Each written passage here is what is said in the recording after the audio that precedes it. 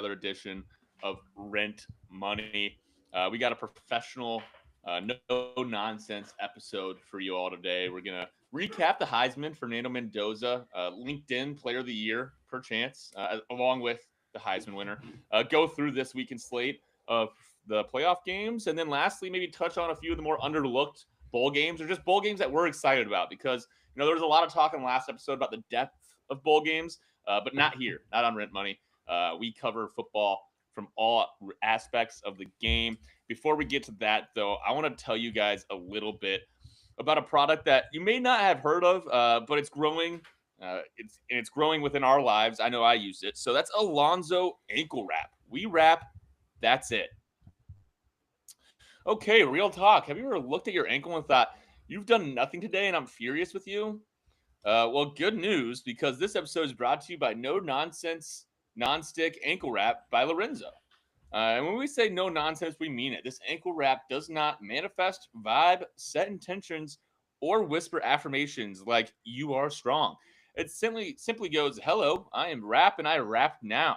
So if you are, going for a walk, playing basketball, doing pickleball, anything where your ankle needs additional support, Lorenzo's ankle wrap is there for you. It's the wrap that stays put because it respects you, but from a distance.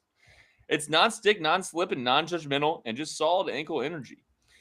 This no non-stick ankle wrap is no flair, no drama, just ankle accountability.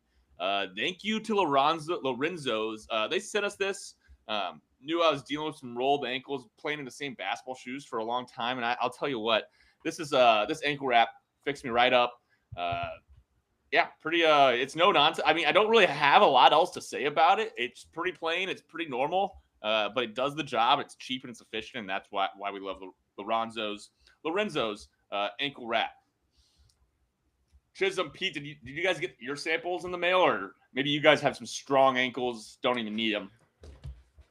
No, I do. You're exactly right. And the best thing about Lorenzo's no nonsense, non-stick ankle wrap is sometimes you don't even know it's there. Although the support that it provides is because it's no nonsense. There's no flares. There's no gimmicks. If no one points it out, it's a good ankle wrap. That's all I'm saying. No flares, no gimmicks. All right. Woo! Hello and welcome back to another episode. We got Old Chisholm, Texas Pete here. It's 12/17/2025. The time is 5:23, and we got a promise to you all, the listener. Maybe you tuned in last episode, maybe you didn't. Shout out to Vinny Scroggins behind the scenes, always doing his thing, always making sure we're posted to Spotify. Appreciate you, Vinny Scroggins. But last episode got a little contentious. But you know what? I feel like this year, or this kind of episode, we're feeling the holiday spirit. Maybe a little bit more warmth, a little bit more love to be shared between the three of us. How does that sound, fellas? I wouldn't oppose it. Chisholm, can we get your buy-in? I'm down with the sickness. I'm down with the sick. I'm running admin tasks over here. Somebody's got to good man keep up with those youths on the socials. But yeah, no, I'm in. I got nothing else going on. Well, that's great. Okay, let's start with the Heisman, the most decorated trophy in college sports, maybe in all of sports. Maybe in another episode, we could just dive into some Heisman lore, Heisman house, all of it. What were your takeaways from the weekend of the Heisman? Would you say the leading story is Fernando Mendoza winning, or Diego Pavia cementing his status as the preeminent college football tool bag? Not to sidestep all of that, but the Heisman house definitely won. They're getting by far the cleanest of the five candidates. He's going to be a great roommate. He's probably going to always have a pot of coffee going. Like, he just kind of seems like the type of guy that's like, hey man, I made some extra blah, blah, blah. You want some? I think everybody's going to really enjoy having him around. What's the guy on social media who's like just fucking loves work? He's like, I'm a grinder. I'm getting in. I get to go to the office today. You guys know his name? He's like, Davis Clark. Something.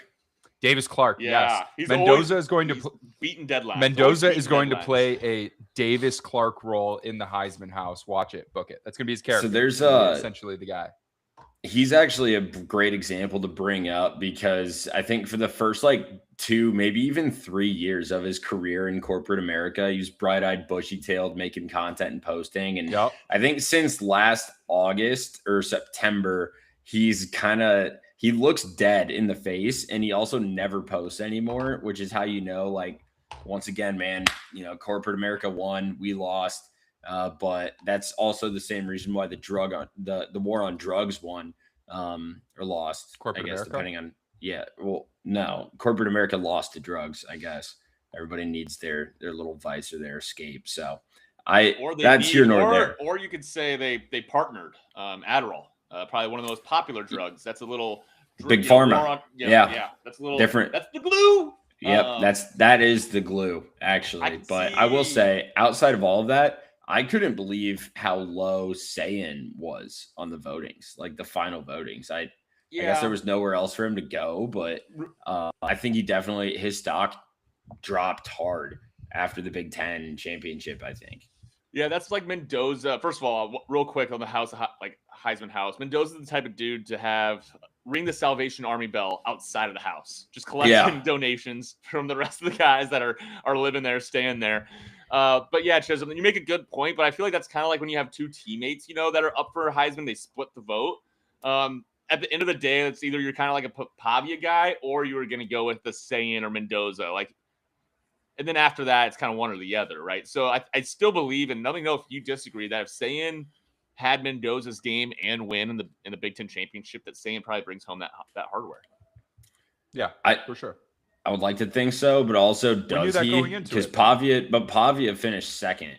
So was Fernando Mendoza high enough in there that game was like a credit to him and not, a blemish, versus for Saiyan all it was a blemish, versus, was Saiyan ranked highly enough going into that? Like, was he already rated higher than Pavia? Because if he's not, then I don't know if that performance would warrant him getting it based on that's why I'm curious about like why he finished so low.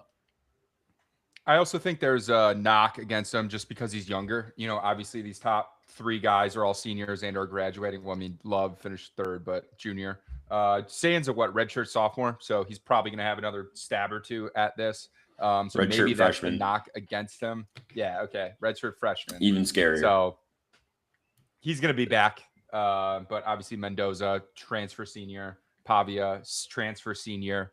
So there's a trend up there. Very glad that Mendoza won. It feels like his Heisman moment was just like the whole Big Ten championship, and the speech that he gave afterward was like kind of like the defining, like, this is what you remember from the Mendoza season, whether you loved it or hated it, right? But it was memorable. And we talked about it here. Meanwhile, he is a great representative of college football, which I do think is maybe an underlooked part of the Heisman Award. Like, there's not a real definition of what the award is, but I do think he should embody college athletics on some level, which he does. And then meanwhile, we do have Pavia, afterwards tweeting like F the voters, going out and getting bottle service. And even if it was a 50-50 vote for me and I was a Heisman voter, maybe one day the 3 of us will be, I do think that matters. And I'd rather have Mendoza be the representative and give that speech than a guy like Pavia. I just don't resonate with him as a dude. I think he's kind of just a tool. Unbelievable 180 on the entire Pavia train. Going into the season, you can see Vanderbilt football, and I'm not necessarily, you don't have to be the biggest Vandy and or Pavia fan, but like an underdog story, right? This is Vanderbilt we're talking about. They had a successful season where they had 9-10 wins or whatever it is. So like that's something to cheer for in and of itself. And then you got the face of the team, the face of the franchise being Pavia, just being a total fucking douchebag coming out. He had bottle service. He had the bottle girls coming with a sign that says "fuck Indiana." He posted on his Instagram story saying "fuck F the Heisman voters." Like, this is just you lost. You're being a sore loser. It's fucking disgusting. The fact that you were even nominated for this award just clearly shows that you shouldn't have won it.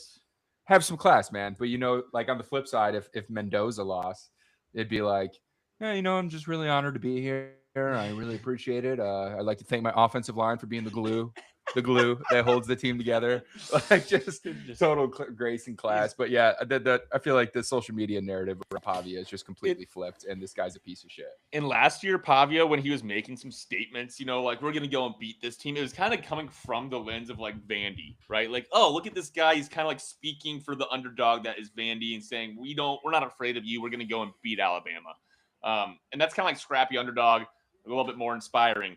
What I think we've realized as this year went about, it wasn't really ever about Vandy. It was always just kind of about Diego. And like, the more podcasts he went on, like, yes, he gives some credit to his team, but it was mostly just like a me show. And not kind of like the representative of like, we're going to build Vanderbilt football into something like this is only the start of it. I can't, and that's kind of where he lost me a little bit versus where last year there was some more of that scrappy side that I think we appreciated on this podcast. So for sure. Yeah, I'm a huge Clark Lee fan. Like, I love everything that he's done. And even, to Pavia's credit, I love everything that Pavia has done for that program as well. He's given attention and media spotlight to a team that hasn't gotten it in ever. I want to say, like, literally ever. I feel like the goalpost getting, brought on the Broadway last year was kind of the first time a lot of people probably even knew Vanderbilt had a team at all, because they're just, who gives a shit. But yeah, I think the sentiment, it's tough for me because you almost, from an outside perspective, being as unbiased as possible, I feel like I understand it. Like, he doesn't really have a future in the NFL. Like, this is his at least like, this is the best it's going to get for him. And this is his chance at fame and a spotlight and to make endorsements and deals and money and whatever and what have you. Like, go out and get as much attention onto yourself as possible. I get it. That's exactly what he's doing. Like, it's very calculated and intentional. Like, it's very Johnny Manziel-esque if the goal of it was to be caught, was to be seen, like, was to just get publicity and traction and stunts. Like, it's cool though, as Johnny. And that's the issue. The issue is, like, you haven't earned that. You didn't win the Heisman. You didn't even like your team isn't in the playoff. Like, there's a time and a place for you to be popping bottles and celebrating, and it's after you win the Heisman, not after you finish second in voting.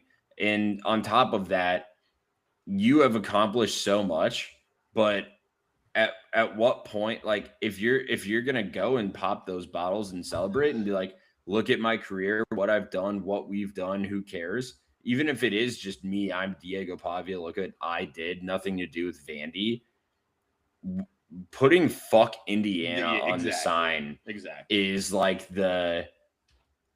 it's the thing about the scenario that makes you realize, oh, this is very intentional, A, or B, if it's not, this is someone that literally has so much confidence, it becomes a level of cockiness that completely disregards accountability.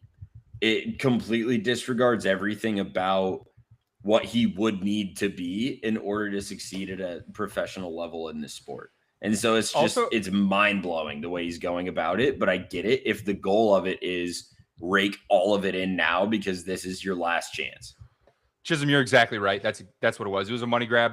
No knock. That's just the state of kind of where we are. I don't want that in my Heisman finalist, but some people, that's just the PR team, saying grab this money while you can.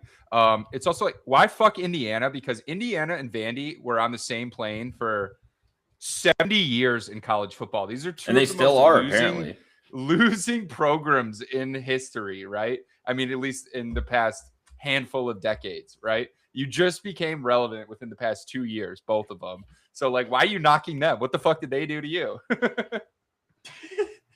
What did they do to literally anyone ever? Nothing. The only thing they've done to date is they beat Ohio State for a Big Ten championship. Outside of that, like, what have they done to anyone? Sig was being the Diego Pavia of college football coaches last year. He's toned it down a lot this year. He's let Fernando Mendoza kind of carry the torch for him in terms of getting Indy on the map. I mean, holy shit, though. What a rise. And we'll talk about this maybe later in the playoffs. But going from Indiana in 2 years to being the number one team going into the college football playoff, which actually, I'm sure they wish this would have happened years past. They would have been a top 4 team or just already played in that championship game, right? Because like we all know anything can happen in these playoffs. But now you have 2 years of just unbelievable ball and a Heisman winner. Like when you hire Cignetti, you're like, hopefully he can establish like a 9-3 culture, right? Like that was probably in their heads, like the ceiling. Like, can we beat Iowa football? Which is hilarious. But that would have been such a big upgrade for Indiana as a program. In 2 years, they're in the playoffs back-to-back year and have a Heisman. It is unprecedented. And I've seen discussion around, is this the biggest turnaround in college football history? The only other comparison I've seen is Bill Snyder at K-State. And I would say that it's just different eras, completely different in the way it's structured and the way you have to go about building a program. So I wouldn't even necessarily compare them. But I would say that in the NIL era and the modern era, this is clearly the biggest turnaround. Let's see how much he sustains it. And then I'm also fascinated to see, and way down the road, right? Like, how does he leave it? Is he going to be the glue, the Fernando Mendoza glue? And once he leaves, it kind of goes back to Indiana football? Or when he's finished up there, Indiana's now considered kind of like a Oregon type tier, right? Like, maybe not Oregon. I'm trying to think of like maybe Washington even. Like, I don't know. Maybe their sites are higher than that. But a consistent program that can get there. So, no. I want to give a shout out to Clark Lee and Vanderbilt because they got a huge flip for a 5-star number 3 overall quarterback that's going to replace Pavia, Jared Curtis. That was his name. I was trying to look it up. He is his touchdown to interception ratio is 40-3. So he's pretty good. Not bad. 70% completion rate or higher. I think if they could develop him the way that they developed Pavia from what he was at New Mexico State, I mean, sky's the limit. Have fun, bud. Enjoy yourself. But also, early call out, hasn't even enrolled yet. And I'm saying this is there's a decent chance that this is your Dylan Raiola 2.0. Keep your eyes out for this guy. I think there's a lot of NIL involved here. Craving the spotlight, wanted to play right away as a freshman is why he decommitted from Georgia and ended up signing with Vanderbilt. But do you quickly want to touch on that? Any guesses about where the Raiola brothers are going next year? I believe one of them decommitted from Nebraska. The other is in the transfer portal. I'm seeing Louisville. I don't know what's going on. I think Brome is apparently just getting money out the ass on top of the extension, and they're just like, all right, fine. Go all out and get your quarterback in the portal then, because the last few that they've gotten they've been good, but they're just not good enough. They're not at the level or the tier that Louisville would need to compete. But if you put Raiola on a Louisville team, that's unfortunately that's a team that now goes and immediately becomes a top contender for the ACC, which, as 100%. We know, isn't a great conference, but the parity is there. And it is apparently within the Power 5, which will be back next year. Pac-12.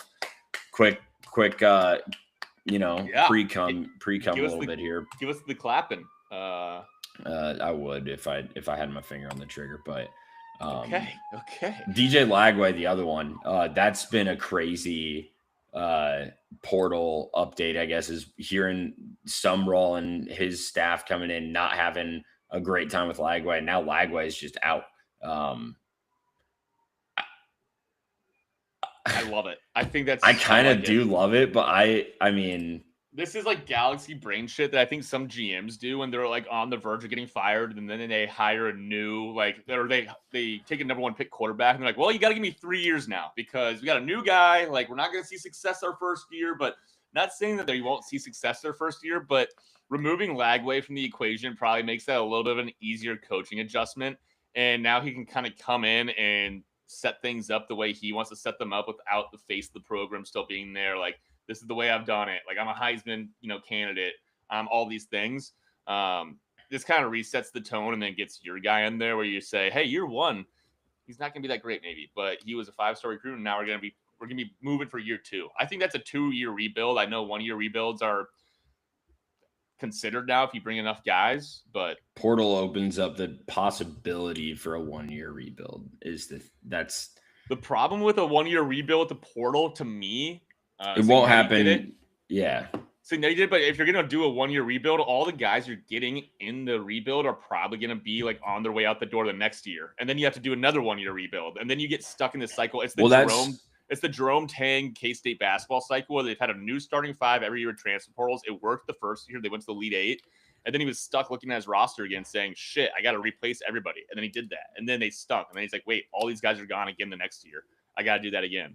I mean, that's what you essentially have to do now, though. Like you're losing, right? Good recruiting. You have to have your own strategy of how you go about high school recruiting, the transfer portal, how you utilize both, why you utilize both, who you're going after, like where your money's getting spent, but then also how are you interacting and working and building relations and keeping the people you already have. Like you're seeing, I think this is something I can't believe it's been 20 minutes and we're just now saying, I've never seen the headline, so-and-so college football player re-sign. Hate it. God. What the fuck? What the fuck are we doing? Like USC has been the main program doing that. It's like 50 tweets. You have to re-sign players? Like, I just think you're setting yourself up by like opening the door to that culture to now. Like, I know you kind of have to recruit everybody every year, but like now you're really creating that environment where you have to do it versus other programs. It's like a little bit more expected that you're going to stay and you're not getting re-recruited. So like I hate it. And I was just going to say, go ahead, bro. Get in there, Pete. I can't. Okay.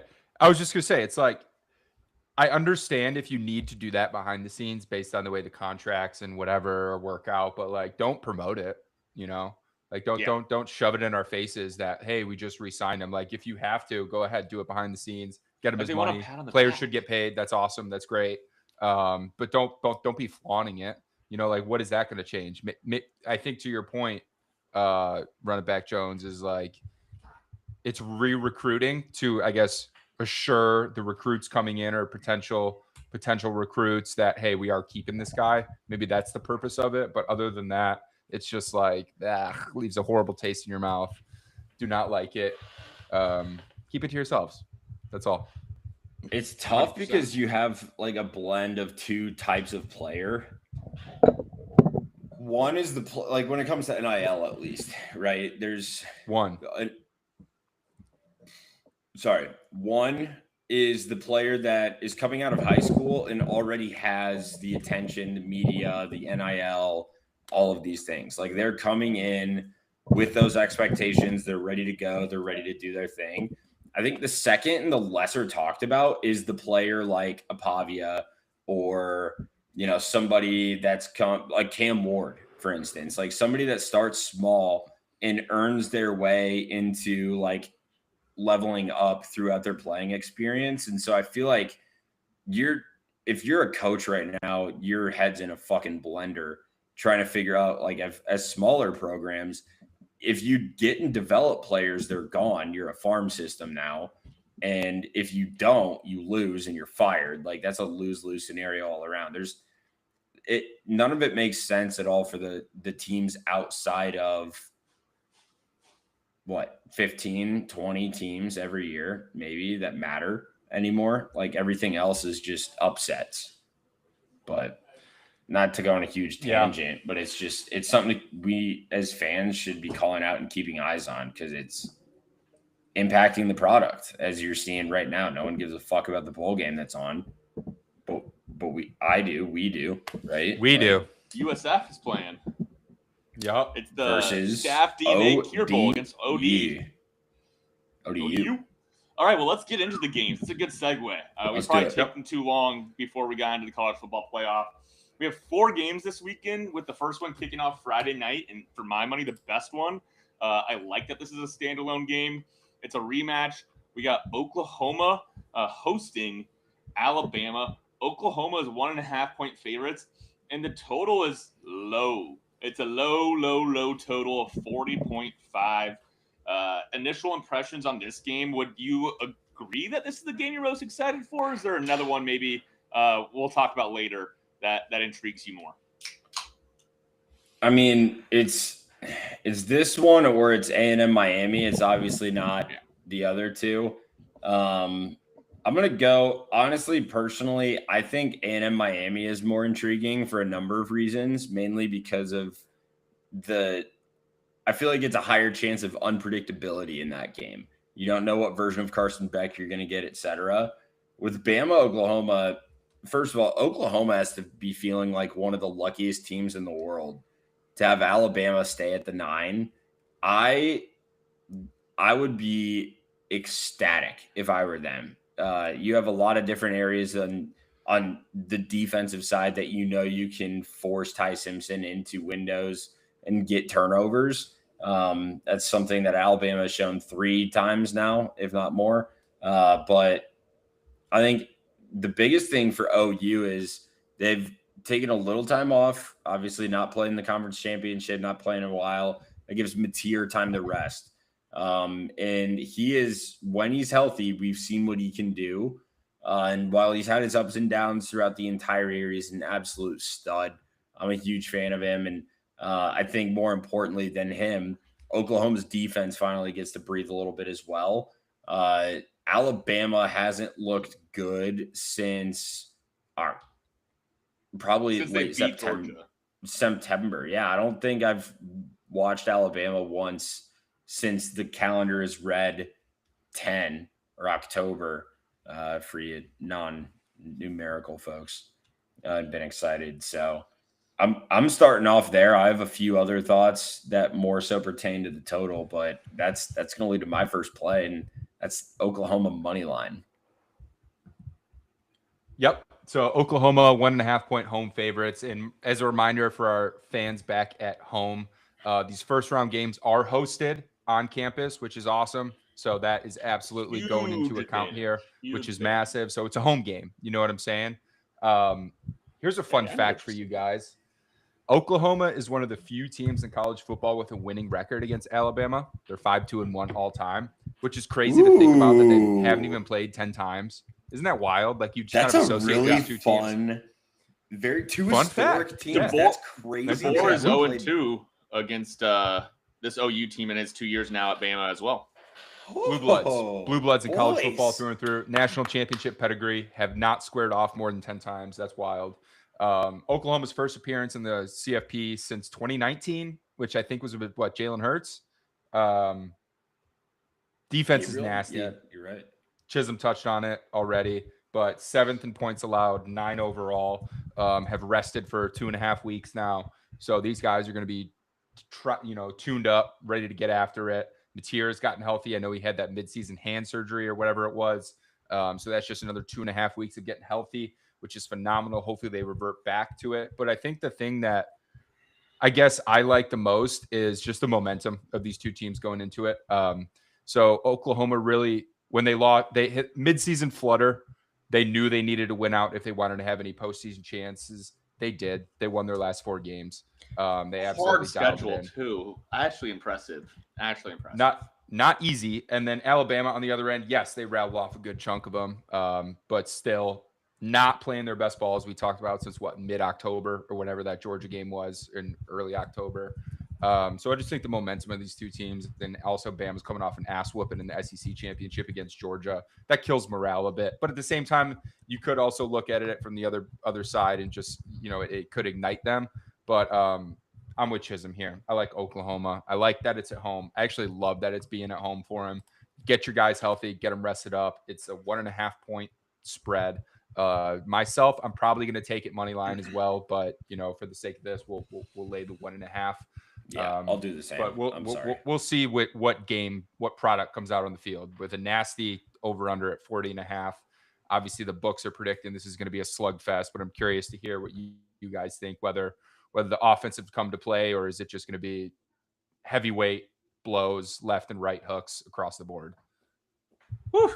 I do think it'll be heavyweight blows, and I don't know if there's going to be a lot of offense in this game, especially from the Alabama side. Alabama has shown no ability to run the ball for about 2 months now, which has created a lot of problems for the rest of their offense, Ty Simpson specifically. who, like Mateer, has been dinged up, and you haven't seen him run the ball much of all, or his mobility has gone down a little bit. And when you can't run the ball and everything else kind of wilts away, like Ty Simpson was maybe a Heisman favorite at one point early in the year.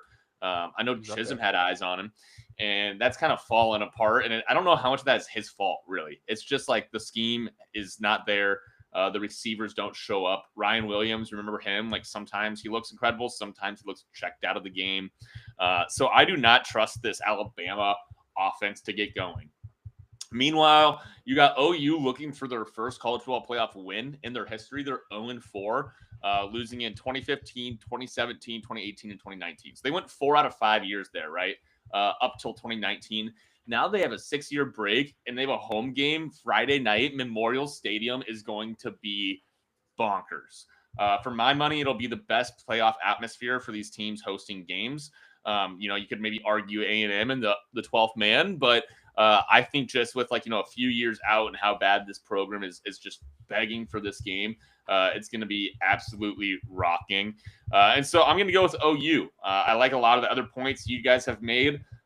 Just think that at home, kind of a reeling Alabama team. I think the book's out. I know DeBoer recommitted to, even the coaches now have to fucking recommit. It's an absolute travesty. Recommitted to Bama, but I do think that there is something in there. Like, as a guy, as a person, we can all relate to being handed decisions and how he probably did have to think that decision over a lot of times, thinking about his family, what he's doing.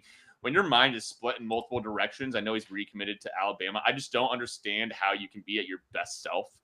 So I think that is probably maybe a factor that's being underlooked as well. And then the last thing here, in terms of plays, I want to take the under. I'm nervous about that. I could see this being like a 27-14 game.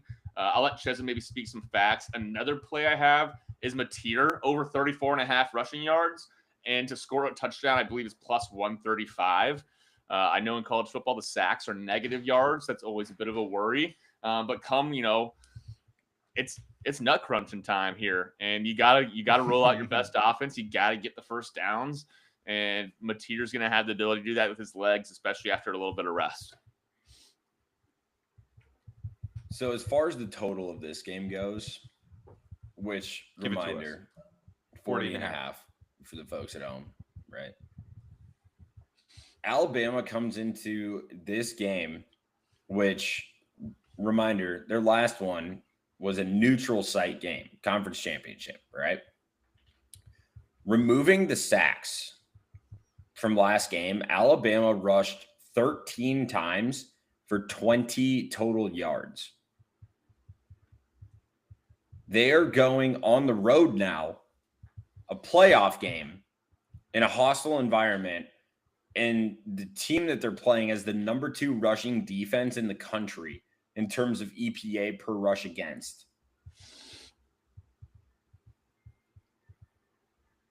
Yeah. The other flip side that makes me lean heavy toward the under, though, is Oklahoma's offense. Yeah. While it's streaky, don't get me wrong, over time, over the course of the season, they've ranked 110th when it comes to quality drives, aka getting field goal and scoring opportunities. They're averaging less than a field goal when they're in scoring territory. So I think I need to see a little bit more from them offensively before I can feel confident at all or comfortable when it comes to taking anything over. But I see this being maybe like a 20-10, 23-10, 23-13 type game. I think under is the play. If Bama scored less than 10 points, would you be surprised? I would be a little bit surprised, but that Ty Simpson would have to have 3 to 4 interceptions in order for that to happen. Which he doesn't. Which he wouldn't. And He's only had 5. Bama did have 3 turnovers in their last game against OU, which is kind of how OU was able to generate points. Otherwise, neither team really had a very high success rate on offense if you look at their EPA. I feel like the crowd does it. What's getting you all fired up, dude? Dude, I'm just fired up because when it comes to bowl season, you can say you have a couple one-liners you can toss out with the crew that you're watching with, whether it's your grandma and grandpa, your mom, your dad, your friends God, you back have at a home. rowdy crew you get to watch these games with. But just it's like Would love an I feel like invite. Grandpa, grandma, his mom, dude. Texas Pete gets it. He's all about the The family Pete's. during the holiday season. the Pete's. He's a family. Texas Pete's a family man, but that's just something you get growing up in the great state of Texas. Special teams and taking care of the ball is going to be the difference here. This is a prime time live betting opportunity because I feel like there's going to be some massive swings on the money lines for both squads here. But I honestly think Alabama has the advantage in that, right? What's his nuts? Simpson takes care of the ball. He's had 5 picks all year, right? On the other side, Mateer, he can sling it. He can make some electric plays. But also, if it's a game where it's like every possession matters, field position battle, I could see this leaning in Alabama's favor. But like I said, I'm still on Oklahoma, but it will be a total judgment thing, and you're gonna know if your bet's gonna be chalked here based on your starting field position and whoever wins the turnover battle. Yeah, fellas, here's a little trick of the trade. Texas Pete makes a great call out. Special teams impacts the game, especially in these big moments. I think about the Packers in the NFL in the playoffs. Special teams always letting them down. Doug Deacon, name to remember. He's the special teams coach for OU. Friday night, OU has a nice punt, does something nice on special teams. Drop that little piece of knowledge on your buddies there. Oh, yeah, that's a Doug Deacon coach special teams. He's one of the best in the best in the nation. OU's always great on special teams. Pause. You don't have to say anything else. Nobody's going to, it's all true. You're going to sound like the smartest guy in the room. Oh, yeah. Deacon's dog breeders. There you go. Those are just Deacon's dogs out there on punt coverage. Why do they call him that? Because the guy's name is Dog Deacon. Okay. Well, I think we got our picks out there for this one. Let's move on then to Saturday morning. And we got a full slate on Saturday. Three full games. And the first one is going to be kind of like, I don't know why this is Why is this the morning game? I don't get it. You can't put it at night. You put it in the middle of the day. You put it at night. You put it in the middle of the day. You can't have 2 games to finish the day with 15 plus spreads because this is where, and they're going to be competing against NFL games. This is where NFL. What are you going to watch at night? NFL's games all Saturday, which is horseshit. But is that why they're doing it? The 11 o'clock game to avoid? Are they trying to avoid the NFL? It is messed up. Once again, ESPN. What the fuck? All right. How many more times are you guys going to piss me off this playoff season? Bowl season. Yeah, Chisholm you already fucked me on YouTube TV. I missed a month of hockey, it felt like. And now you're going to do this shit after butt fucking Notre Dame, mind you. Pieces of shit. Fuck your stock price. That's all I have to say. I hope it drops. Well, this game, I think it's still going to be a fun one. This is Chisholm's favorite game of the weekend. What did you call this? The debutante ball, Chisholm? Is that something you coined, or is that Pete? Nope, that's me. It's a debutante ball for both of these programs, right? So it's their first time making it to the college football playoffs in the CFP era, which is the last 11 seasons, which is kind of a fun note for you because I feel like both these teams have been right around there. They've been on the bubble when it was a 4-team. They've been on the bubble the past couple of seasons, or last year in a 12-team. But this is their first time actually making it. So they're in the dance. They have a date. How are they going to do? I love that analogy. Like, it's typically reserved for March Madness, but like you're in the dance. The college football playoff needs to improve its branding, right? Like, March Madness has the Cinderella. It has just like so many different like fun aspects that we can all refer to.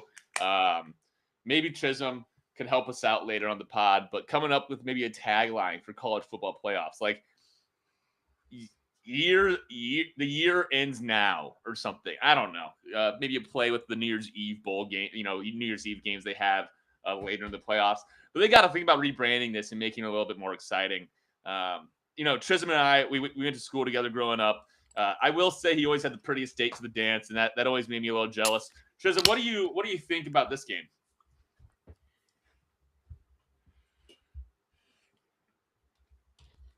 What was his name? Yeah. I don't think I've ever once actually. Maybe twice. You hear that tone?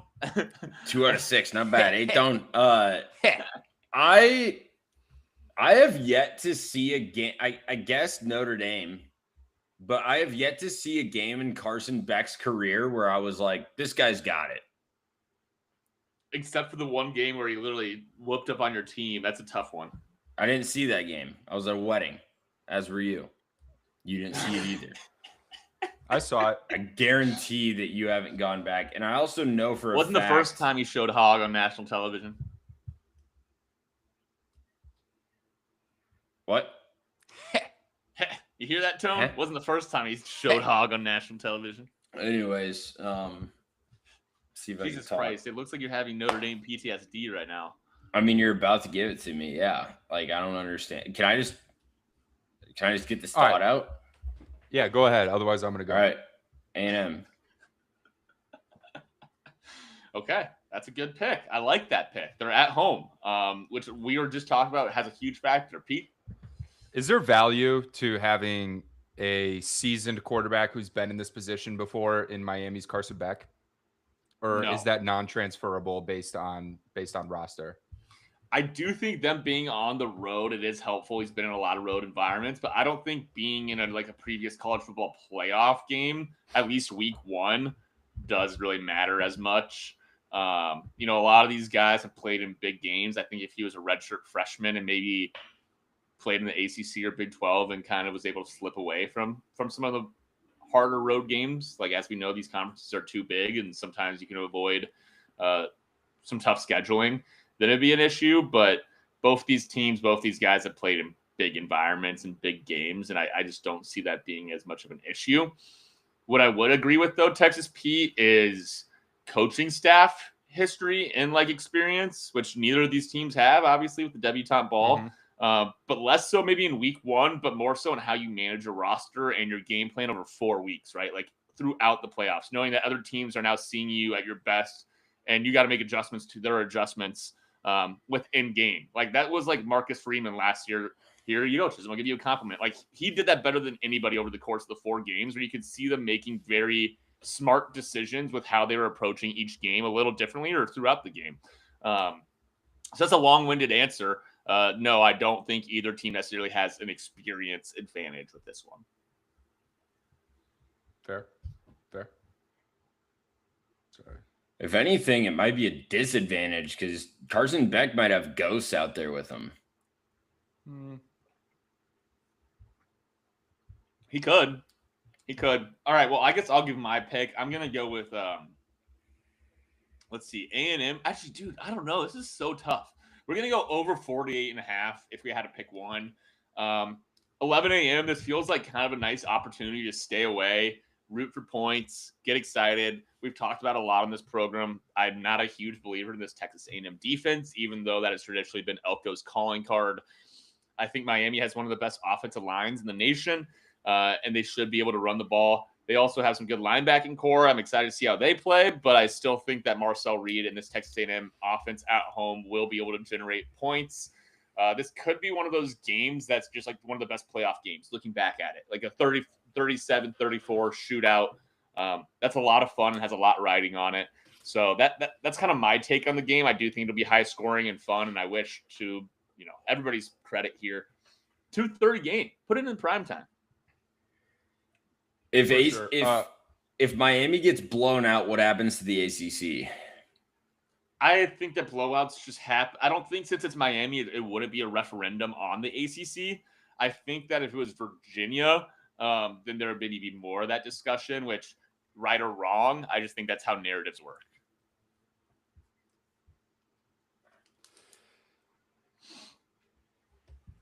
I think I'm taking Miami in this game. I think I like Carson Beck. I think he's got some big game experience. I think if you look at the history of the college football playoffs, that more mature quarterbacks have done better than the young bucks, being Marcel Reed. His second year is 1.5. He's had like 2 years at the helm, more so 1.5. I don't know, man. I just think that 3.5 is pretty enticing. So we're going to take Miami plus 3.5 here. I think they're begging you to take the 11-1 Aggies minus 3.5, but we're not going to do it. I'm not going to do it here. So give me Miami. Let me see the ACC live to fight another day. Maybe they'll get some calls. Maybe the powers that be will be, I guess, favoring an ACC team to show that, hey, we can hang with these guys here. I don't know. I'm just calling it out. We'll be on Miami. Yeah, I will say, Miami has the athletes to match up with anybody. Like, they're not at a lack. Always will. Always will. They got the talent. All right, let's keep moving then. Let's go with Ole Miss. Hosting Tulane. This is a big spread, 17.5 points, Ole Miss's favor, in a total of 56.5. A lot of those points, obviously, are expected from Ole Miss to score. The huge conversation going into this game probably is Lane Kiffin's departure and how they're going to handle that. What are your guys' early impressions? I mean, we've talked about how we fight for the little guy. My only original impression of this game is I just hope Tulane plays him tough. That's my hope. I'm not sure if that's going to be my belief, but that's my hope. I think Ole Miss is just going to come out, try to win the game as fast as possible, and rest their best players for the rest of the playoffs. I think it's going to be that story for this and the next game. I think that means that there's going to be a lot of running the football later on in the game, and I think that's why the under is very enticing for me. I think it's like Tulane's going to have to establish the run early in order for them to have a chance. And I feel like I'm pretty confident on Ole Miss minus 17.5 in this one as well. Sumrall had a quote saying his team better play a lot different than we played last time. But unless they're getting different players or new talent or something, I don't understand what new players or talent or play style is going to change against a much more difficult trench warfare scheme when you go from North Texas to Ole Miss. They scrapped that one out. This one, I don't think they have much of a chance. The Rebels also, I want to call out Ole Miss having an elite pass defense. Tulane's they're just not going to have a great time when it comes to dealing with a pass rush in general and just not having any ability to put together consistent drives. It's going to make it hell for Tulane. I just don't see a world where this game isn't Ole Miss minus 17.5 and the under hits. Yeah, I mean, do you want to comment on our favorite Jewish Mormon quarterback, Jake Retzlaff? No comment? Apparently he didn't do it. If he did, then it's insane he's playing. I have no things to report other than consent is important and, dare I say, attractive. You don't have to dare me, brother. It is. Well, I guess, Texas Pete, I don't mean to jump the line here. I think a more experienced coach with less to prove than Pete Golding, coming off the defensive coordinator position, getting thrusted into the head coaching spot at Ole Miss. I've never seen like a situation here where a team, I think it's just a Jimmy and Joe's game, right? Like they're going to come out with so much like passion, chip on their shoulder at home. Fuck Lane Kiffin. Fuck anybody that doesn't think we have a chance to win the national championship. And they're going to go out there and they're going to blow this Tulane team out by a lot. And I think Pete Golding's going to maybe, I don't know if run up the score, but I think he's got something to prove there too, in that sense. And the following week, we don't have to jump ahead, but I do think Georgia probably boat races them. But this is their one game to kind of get the fans engaged, the people engaged at home. I'm taking a strictly narrative-based Ole Miss minus 17.5.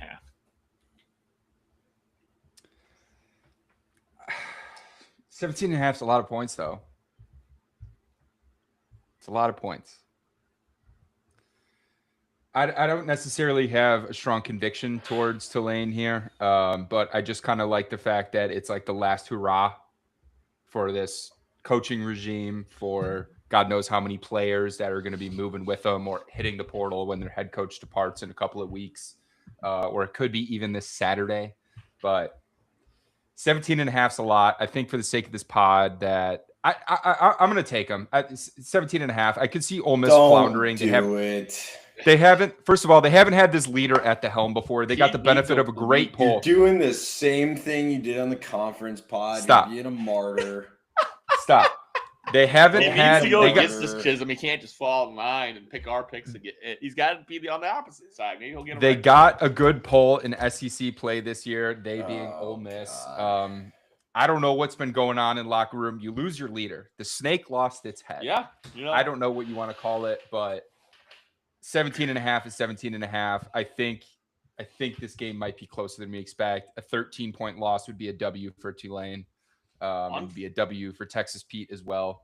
So let's go. Unfortunately for college football and unfortunately for Tulane, I mean, this would be so much more of an interesting game if it was against another Power 4 school that was in the playoffs, just because I do think I would lean, or an independent one. Sure. Yeah. I would lean against Ole Miss. But yeah, it's a Jimmy's Joe's game. You make great points. It's hard to think that these guys aren't going to be out there pretty juiced up at home. For sure. Or No if they're doubt on the about road, right? Like if Ole Miss was in the Bama slot, I think going on the road neutral. to OU, Yeah. they would get maybe mollywopped. But all right, we can continue. The last game we have JMU at Oregon, 20.5-point favorites for Oregon, 47.5-point total. This is the East Coast night game. God, James Madison. Can we just start with like a little bit more Cinderella hype? Like this shouldn't have happened. This was never supposed to happen. It was a rule that was written in there without any belief that it could even like take place. And I just want to take a moment and say like this is what we love about college football. 20-point favorite in all, like the novelty, the weirdness, like trying collegiate to athletics, trying to figure it out with no real direction and like who even makes these decisions, and then all of a sudden there's no governing body. Right, it is unbelievable, and we should all, before we go into this game and acknowledge that it is a 20-point spread in the college football playoffs, just say we like the oddities of college sports, and if JMU were able to pull this off, it'd probably be like a 30 for 30 documentary of like the biggest upset that should have even taken place, or like, some bullshit like that. So want to just set that standard or make that statement before we kind of dive into what this game might entail. I mean, I'm going to be saying the exact same shit I just said for That's half what they want of it. you to say. That's For what they half want you to think. for half of it. I'm on the favorite here as well. I think Oregon comes in and puts belt to ass. JMU struggled with Troy in their conference championship game. They pulled it out, but they struggled for a little bit. And I want to be very, very clear that Troy is not. Troy also just lost to Jacksonville State. Troy is not Oregon. Troy is not Oregon. All right. Okay. Troy not is Bolton. Ranked 119th in the country. You're going into Autzen. You're playing a Dan Lanning, Dante Moore quarterback led, or like, what are we fucking doing here? I want to say two things about JMU very quickly, though, on their behalf. One, Alonzo Barrett, I hope he has nothing less than the most fun you could possibly have. He's one of my favorite players in college football. He's very dynamic, but under the radar type quarterback. Him and DJ Lagway, in my mind, like obviously there's differences physically, but interesting, fun to watch play styles. I hope you get to see some Alonzo Barrett on blast, and also Bob Chesney. Same thing here. Sumrall in his last game potentially, most likely. With Tulane, this will be Chesney's last game for sure. With JMU going and taking over for UCLA. Look forward to that press conference. Hopefully it's better than Deshaun Foster's. But good luck to both of these teams. It's not. I just don't understand. I don't understand how you're gonna look me in the eyes and say, here's 7 total playoff games that will be played, and 2 of them are fucking worthless. But here you go.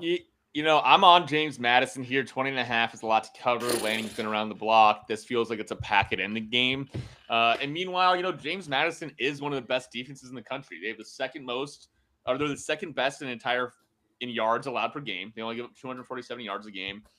Second best against the run, 12th best against pass defense, and they're great on third down. All they have to do is limit the scoring of Oregon early on. And I think that they can keep this close. So 20.5 is a lot. And it's just, you got to pick one of these upset teams, right? To just hang around. I would hate to see both these games turn into absolute blowouts. And I just looking at it on paper, it feels like this Oregon team that last year was, top 3 in the nation all year long. They're probably going to try and replicate the Ohio State blueprint from last year.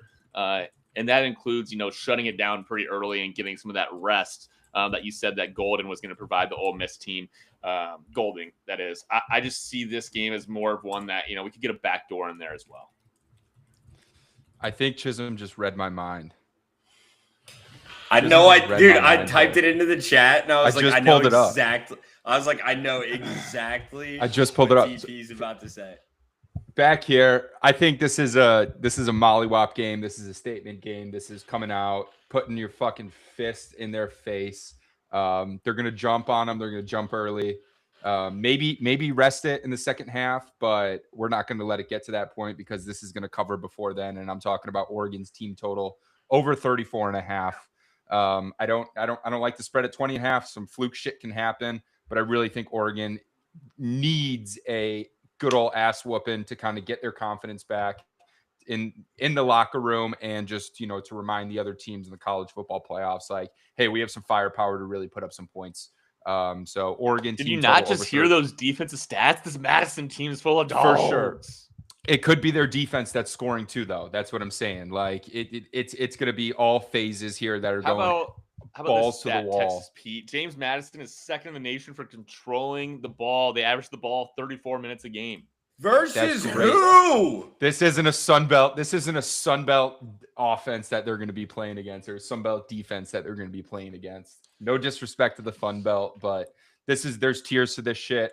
Oregon has those players. Oregon has that juice. And I think they need an ignition to kind of remind everybody, like, hey, we're here. Nah, this is gonna be the remix though, and this is gonna be James Mad's remix to Ignition. That's what I see. Nah, it's a big. You're not in Kansas anymore, Toto type weekend for.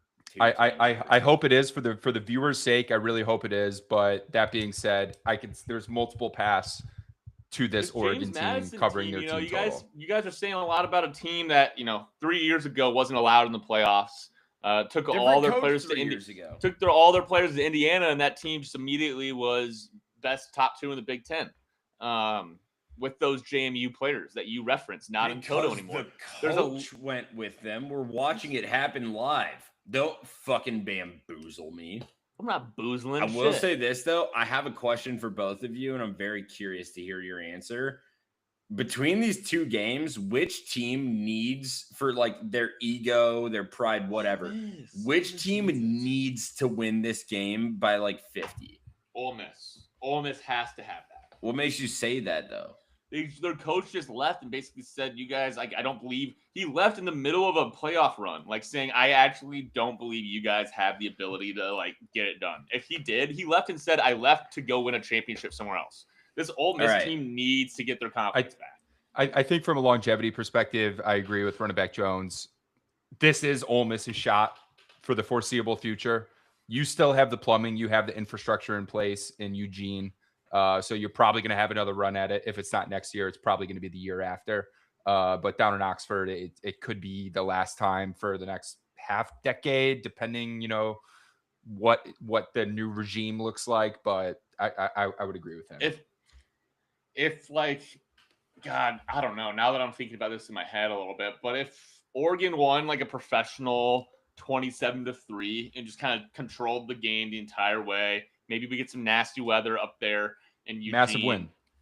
Windy game. They just keep it on the ground and they just methodically dominate, but don't cover, right? Like a 27-7 type game. That wouldn't be a cover. Nobody's like sounding any alarms. But I could see Ole Miss, if Ole Miss wins like 21-3 and doesn't do it emphatically, they would still cover that game. But I think people would be like, huh, okay, interesting. The defense performed, but this is a team that we thought had more of an explosive offense. I'm gonna argue and say it's Oregon for a number of reasons. First and foremost being Oregon isn't on the tier that they're supposed to be on. There's a top tier in college football that Oregon has yet to get to. Everyone acts like they're there. Everyone pretends like they're there because the money is there. But they have yet to actually do anything of significance ever in my lifetime. Maybe Joey Harrington. Hold on, I'm talking. Maybe Joey Harrington, maybe somebody else, but not Dan Lanning, not Dante Moore. Mariota, sure, we'll give him a Heisman. LaMichael James, bro. Garrett Blount. Like, how far back do I need to go in order to give a fuck about Oregon football again? This is the start of what needs to be an absolute tear. I do not care what your thoughts are. I know what mine are, and it is I have not been impressed by Oregon football in a long time, and it's honestly probably because of how fucking cool I thought their jerseys were in a video game that came out 2 PlayStation consoles ago. I'm still talking. More than anything else, my biggest thing with this game is this is where Dan Lanning can come out and say, oh, I understand. It's a layup game. It's a bullshit playoff game. Whatever. Don't you start with me about Dan Lanning. All right. Can I fucking talk? Thank you. They need to go and find a way to get offensive momentum. This is a team that's scrapped every win that they've really had against tough competition. This is not a tough team. This is not a chance for you to just take off of the gas here. I think this is a game for you to put absolute belt to ass. Figure out, find a way to give Dante Moore as much confidence as you can going into the rest of the playoffs, because this is essentially like a second spring game. This is a second, maybe not spring game, but this is your second FCS opponent week 1, if you will. It's just a G4 opponent now, and it means a hell of a lot more. So you can't fuck anything up while you're out there. But I think you go all reward here. You go all in. You trust in your players, your scheme, and I don't think Ole Miss matters at all in the scheme of college football as a whole. But that's here nor there. Chisholm. Oregon matters, Ole Miss doesn't, and that's why I make the statement I agree. No, I'd agree. I would just say that they could win. Like, first of all, they're not giving James Madison a lot of love. That's okay. But Oregon could win this game 70-3. And if they lose to Texas Tech the following week, then there's nothing significant again about this season. So, like, everything they do this week against James Madison is with the intention of beating Texas Tech the next week. So if that means resting starters for the second half or not showing off their best plays, then they're going to do that, because to your point, winning this game or even beating Texas Tech isn't considered significant. Like, going to the championship would be considered significant in this conversation. So, like, what are they going to do? I understand what you're saying. I think what we're disagreeing on we've agreed on this in the past. What we're disagreeing on, I think, is what we believe they have to do to get to the result they want. Like, you believe that they need to go out there and win 70-3, just throwing out a crazy number to get that engine rolling. I'm of a differing opinion where I think, maybe it's one where you pack it in, you play it smart, you play it safe, and you just get on to the next week. So it's just two different schools of thought there. I think it's worthwhile. I was going to say, I would take Oregon's second string team over JMU, whatever that spread would be for a half of football, knowing that their first stringers were going to come out earlier on. That's more so my train of thought for this one, because I'm with you there. I think you rest the starters, but I still trust in Oregon more. I'm curious to hear your guys' thoughts, and I kind of springing this on you, so you may not have it off the top of your head, but I think Oregon, excluding the G6 schools, Oregon might have the worst quality win out of any of the top 10 playoff teams. Their best win is what? Iowa, maybe. Iowa. I mean, in hindsight, at the time, it'd be going into Happy Valley. Was it the whiteout game? I mean, that's always a good win. It was a whiteout game for sure, but like in hindsight, Notre Dame not had that a better valuable. win. USC maybe like that. I mean, then, yeah, it's the same. they're the It's the same same best win. USC. I mean, those are like, yeah. I mean, that's just stacking like. But like, it's like not the same couple echelon preview of these games. other teams. I will So say it's though, like just to something to think Oregon's about. credit and to Iowa's credit, like you see, oh, they beat Iowa 8-4, but you don't see that was Iowa with all of the momentum in the world, weather on their side, Kennett going crazy. Like, in all honesty, you'd be hard pressed to find many other games in all of college football that particular Saturday in Iowa City. Name me 5 tougher games to play this year. I don't know if you can. That was like a perfect storm game, and Oregon made their way through it. Yeah. So I do give some props and respect to them there, because Iowa pissed that game away. They should have won that game. People forget, and I think we should do more of this going forward. When you're in a 12-team playoff, like things happen. Last year, Oregon was the number 1 ranked seed going into the game, like into the championship. And they would have played Georgia. Like that could have meant so many different ways in years previous.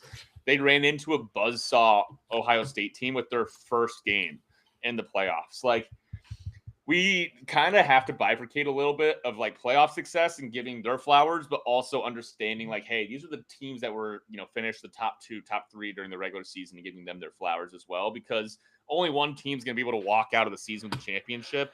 And there's plenty of teams that are going to have great seasons without doing that. Yeah. Okay. Well, hey, let's get this thing wrapped up here. I will say this. I mean, never mind. I won't. Let's wrap this up. You guys are right. I was gonna say last year in particular, if you're using that analogy, it's the exact same scenario essentially as Alabama beating Ohio State during the regular season, or Alabama beating Georgia during the regular season, Georgia winning the game later on. Ohio State put belt to ass in the Rose Bowl. It was a 20-point win. They lost by a point in the regular season on the road in Autzen. I think that's one thing I want to highlight before we wrap this up and end this. Enjoy the collegiate experience. This is the last time you get it the rest of the year. After this, it's all commercialized bullshit for the most part. But you're in 4 different home stadiums on 4 different campuses across the country. This is the only time in the playoff that you get any feel of college football anymore. Enjoy it. Enjoy it. Is there a better home game experience than a playoff football game? Like, is that going to be the top, like the gold standard of home games going forward? I mean, if you can get tickets to one game and it's like, or is that the game that kind of gets a little corporate where in my opinion, are maybe a little bit paying a lot? Can I say a hot take? I have thoughts. Yeah. The first 2 rounds should be home games for the top seed. So we get 4 more games. Bowl games, like the bowl games shouldn't be in the playoff, if that makes sense. Okay. Like the traditional bowl games in the playoff blending together, like the top grant, like I get it, but also like it kind of takes away, like the Rose Bowl used to mean something, Now it's just a stepping stone. They should just make the Rose Bowl the goddamn championship every year. Like, doesn't really matter where it's at. Put it in Pasadena every year. Make it the Masters of college football. Make it the Masters of college football. This is your chance. The reason they don't is because they want to put it in a dome. They want to move it around and have people bid and those aspects from a business standpoint. But if we're just doing it straight off like heritage tradition, like put the championship just to the Rose Bowl every year, and then do the parade. Make a big deal about it. Start the season like 3 weeks earlier. The last point of that, though, is that the last game of the year, since it's the first game, Rose Bowl, right? The next one, like, easier for people to plan to attend and buy the tickets. To your point earlier, run it back, Jones. I don't think a home playoff game is the pinnacle of a fandom experience. For a couple of reasons, being it doesn't have it's not guaranteed, so you can't necessarily plan around it, meaning like you don't have the diehard people that are going to be attending. You don't have the, people who are making a trip or an experience out of it that are going to be attending. I think that's still reserved for rivalry weekend or just a big game you have circled on your calendar of the season. Maybe in the warmer months too, depending on where your school is located at. It's great. Don't get me wrong. It's going to be awesome.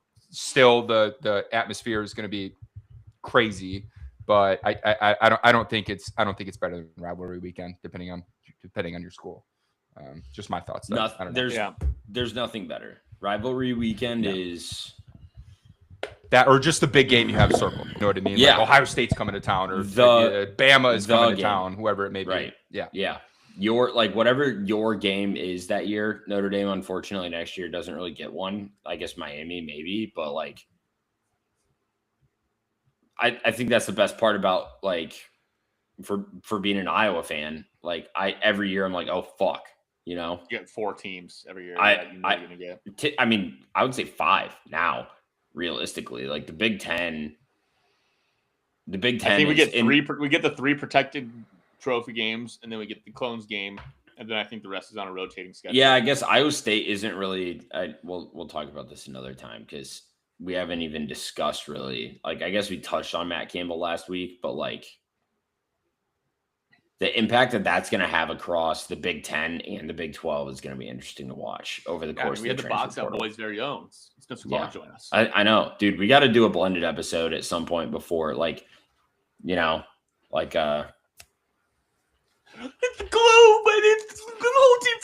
Thank God, dude. I was so nervous after I did that you guys wouldn't understand what I just did, and then you both immediately got it. That was my go-to bit for the weekend. Just I think if Fernando Mendoza was handsome, he'd be Texas Pete. I think he's handsome. Him and Pete kind of look alike. He's a good-looking cat. I know he is good looking. You guys have similar features, Pete. I got a little bit of Cuban in me, so that would make sense. There you go. You want a little more? That's a crazy sad. I got a buddy. Sweet. Right. Well, thanks everybody for listening. We're stoked for the college football playoffs.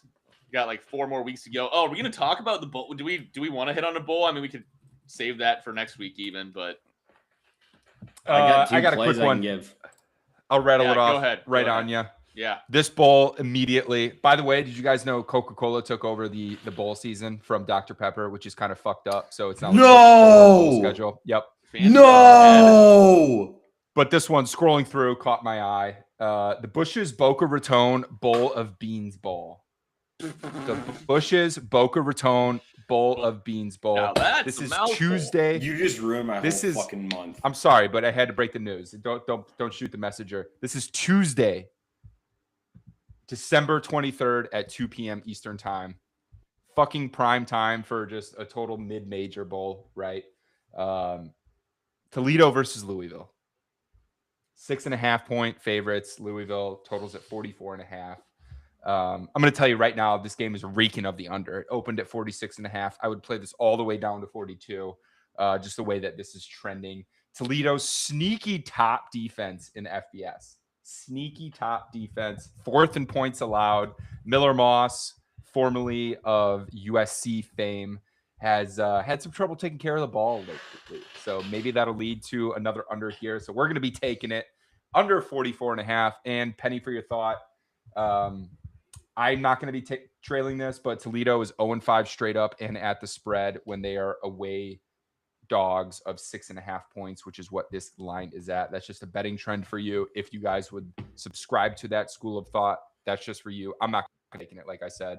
But the Bush's Boca Raton Bowl of Beans Bowl is prime time bowl watching midday. If you're still working next week, good on you. Have it on the TV. You're not getting any actual work done, but you will be watching this game. Nothing screams beach time down in Boca Raton like a bowl of beans.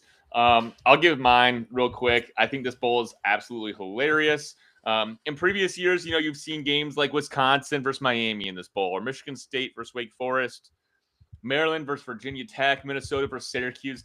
Obviously a bowl steeped in tradition. I'm talking about the Pinstripe Bowl up in Yankee Stadium one of the funniest bowls we got because it is just a cold, gritty game. And this year we got none other than Penn State and Clemson. If you would have presented the Pinstripe people with Penn State and Clemson at the beginning of the year, they would have thought you're out of your damn mind. I can't think of two teams that will probably want to beat a bowl game less than these two. What have they deserved to think that way is probably just an inflated sense of self-importance. But nonetheless, this is just a great example of how the AP voters at the beginning of the year, they don't really always know that much, right? The games are played on the field. It turns out both these teams kind of stunk. And now they get to stink it off up in New York in the Pinstripe Bowl. Iowa has frequented the Pinstripe Bowl a handful of times within the past decade. They've been there. They won against Boston College.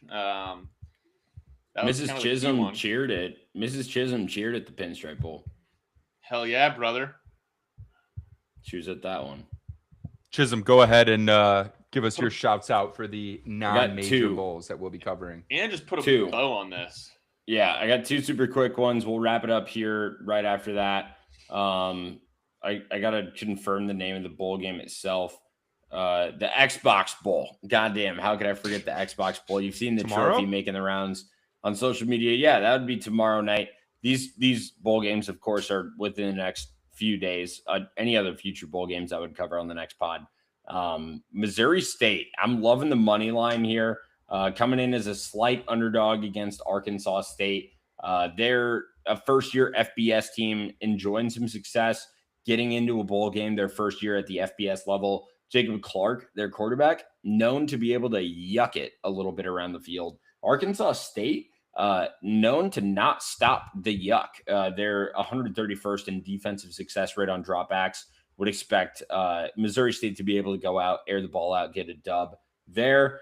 The second one, as mentioned previously, we're going over to a place that I know fairly well, Tampa Bay, Florida, specifically Raymond James Stadium, and even more specifically the Gasparilla Bowl. Rumor had it that Memphis was staying in the Hilton. If you're the team that stays in the Hilton at the Gasparilla Bowl the last 7 years running, you are the winner. That is irregardless of spread, irregardless of anything. The Hilton team wins. The Marriott team typically gets a little bit too much wine and dine.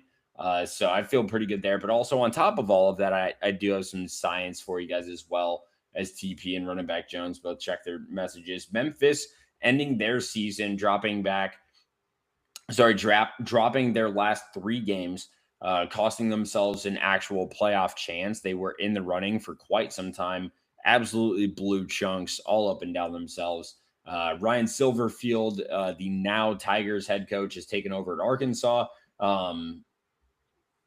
Or I guess the former, not like he is now, but he won't be soon. He's taking over at Arkansas. I don't get it. Like, just take Memphis, back them. Why?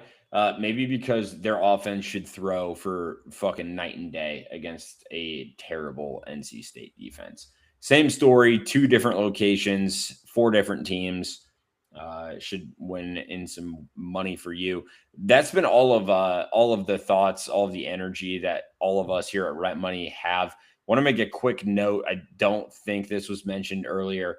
We did go and record a full episode last week. We went out of our way to take at least, I think, an hour and a half of our lives. Maybe two, not to mention all the prep work that went in beforehand, the prep, the production meeting, you name it. Correct. All of that gone for shit. If you know the name or see the man Ralph Compiano in the streets at any point within the next, I would say 5 business days, 4 business days, 50. Running back Jones is saying 50 business days. What was the over under for UTP on business days for open season on Ralph's head? 14. 14 is fair. I'm gonna cut it down the middle there. Whatever the middle of 50 and 14 is, that'll be my vote, and that's what we're gonna go with. So if you see him, go ahead and give him a cup check. Whatever you need to do, just make sure that he feels uncomfortable in your presence on our behalf. Well, I'll also put it out there that Spotify, Apple Music, and wherever you get your streaming podcast took down last week's episode after we published it due to a mailbag episode. We had a live caller on air, and this live caller was saying some blasphemous things that triggered their algorithms and stuff like that. So you can all blame this one person that's out in the mountains near Denver, I believe. We don't really know too much about him. No one does, but he's always chirping the pod. He's a big time reply guy. He can't get enough of rent money. We live rent free in his head, and rent is due. Rent is due coming up, but it's really mostly his fault. But it was just that we got the email from Spotify that said we had to take it down, or they took it down from us because of the shit he was saying live on air. So it's really all his fault. Honestly, two things can be true at once. Episode is still on X, the Everything app, and I believe maybe YouTube as well, which is not an area that we promote or really advertise. We should do better with YouTube, but also it's basically I'll give you all a quick recap of the episode, maybe a trailer. Let's just say Old Chisholm was not as happy to be there as he is now, as we dove deep into his Notre Dame fandom in the college football playoff decision making from the committee. I'll leave it at that. You guys wanted me to get mad so fucking badly, and if I'm going to do that, it's going to be in person. You to be mad. I never wanted you to be mad, Chisholm. Oh, you wanted me mad so badly. You were visibly frustrated, which is expected. So bad. You went out of your way to sabotage the episode, including not getting the file to one Ralph Campiano. You were a saboteur. What do you mean not getting the file? I don't do the file thing anymore. We have a system. Shout out to Riverside FM. Ralph knows where the fuck it is. He does it every week by himself. He's a big boy. We just, nuts and bolts. We got screwed, as the Dowling Catholic student section used to chant back in the day. That's always a good one. Yep. Nuts and bolts. We got screwed. Thank you guys for tuning in. Happy playoff season to all. We're going to go live the rest of our lives. Merry early Christmas. I know we'll touch base hopefully next week. I would love for the fellas to figure that out so that I don't have to do a solo pod. TP's in. I know TP's down. He'll make it happen. He's got some sneaky things. We here. Thank you guys. Make sure that you make the rounds, especially if you're not with family, or there's extended family, whatever the situation may be, friends that you care for, things of that nature. Make sure you give them calls. Let them know that you're checking in on them. Happy holidays, things of that nature. See how things are cooking. And last thing for sure, the last person, make sure you don't forget to call your bookie, guys. Even this time of year, they get, they need those texts too. And just let them know that we say hi. Cheers. And we're coming even harder.